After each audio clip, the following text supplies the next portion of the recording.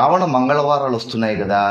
శ్రావణ మంగళవారం మంగళగౌరి వ్రతం చేస్తూ ఉంటారు. చాలా మంది ఏమనుకుంటారంటే ఈ మంగళగౌరి వ్రతము కేవలం వివాహమైనటువంటి కొత్త ముత్తైదువులు మాత్రమే చేసుకోవాలేమో అని అనుకుంటారు. అది పొరపాటు.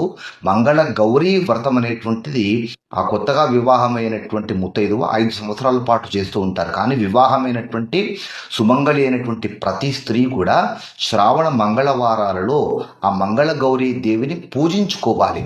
అలా మంగళ గౌరీ దేవిని పూజించడం వలన ఒకటి, మీకు ముత్తైదువతనము, మీరు నిండు నూరేళ్ళు మీరు సౌభాగ్యంగా ఉంటారు. మీ భర్తకు అపమృత్యు దోషాలు తొలగిస్తుంది. మీ భర్త యొక్క ఆయుర్దాయాన్ని పెంచుతుంది. మీ భర్త చేసేటువంటి ఉద్యోగ వ్యవహారాలలో అభివృద్ధిని కూడా కలిగిస్తుంది. కనుక భర్త క్షేమం కోరి వివాహమైనటువంటి ప్రతి స్త్రీ ఖచ్చితంగా ఈ శ్రావణ మంగళవారాలలో గౌరీదేవిని పూజించుకోండి. కాస్తంత పసుపుతో గౌరీదేవిని చేసుకొని 2 తమలపాకుల్లో పెట్టేసి అమ్మవారి పటం దగ్గర పెట్టేసుకొని మీకు తోచిన విధంగా పూజ చేయండి.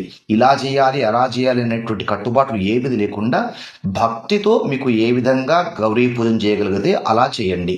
కాస్త కుంకుమ వేసి కుంకుమార్చన చేసుకోండి. గౌరీ నామాలు లభిస్తాయి. ఆ గౌరీ నామాలు చెప్పండి. సాధ్యమైనంత నైవేద్యం పెట్టండి. ఏది చేత కాకపోతే ఒక పటిక బెల్లం కానీ కాస్త బెల్లం కానీ పెట్టండి, సరిపోతుంది. అయితే ఈ ఒక్క శ్లోకం మాత్రము చెప్పుకోండి.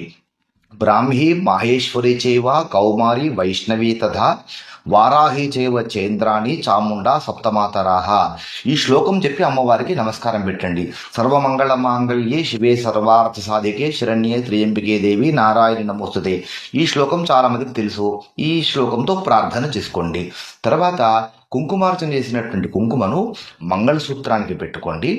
మీ నుదుట పాపిట్లో పెట్టండి. మీ భర్తకు కూడా ఖచ్చితంగా కుంకుమార్చన చేసినటువంటి కుంకుమను ఆయన నుదుట పెట్టండి. ప్రతి మంగళవారం ఖచ్చితంగా ఇలా చేయండి. ఇలా చేసిన తర్వాత కుదిరినంతలో ఒక్క ముత్తైదువనైనా కానీ పూజించండి. ఎంత శక్తిగా ఉంటే అంత శక్తి. కాస్త ఆమెకు బొట్టు పెట్టి, ఈ కుంకుమార్చన చేసిన బొట్టు పెట్టి ఆమెకు ఒక పండు తాంబూలం ఇచ్చినా సరిపోతుంది.